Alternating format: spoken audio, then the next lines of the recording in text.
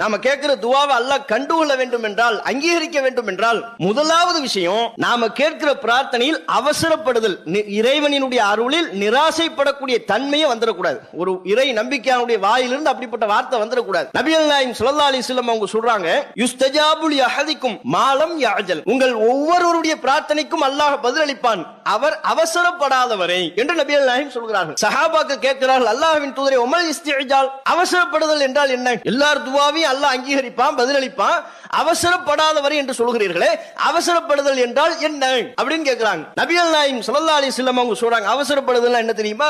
துவா கேட்பாரு, கேட்டுப்புட்டு சொல்வாரு, தஅவுது, நான் அல்லாஹ்ட்ட துவா கேட்டேன், ஃபலம் யுஸ்தஜப் லி, ஆனா அல்லாஹ் என் துவாவை கண்டுக்கவே இல்லை இப்படின்னு ஒரு மூமின் சொல்லிடுவாரு. இப்படி சொல்லிவிட்டால் அவர் அவசரப்பட்டு விட்டார் என்று பொருள். இப்படி அவசரப்படக்கூடியவருடைய பிரார்த்தனையை அல்லாஹ் கண்டுகொள்ள மாட்டான். நபிகள் நாயகம் ஸல்லல்லாஹு அலைஹி வஸல்லம் அவங்க நமக்கு சொல்லுகிற மிக முக்கியமான எச்சரிக்கை.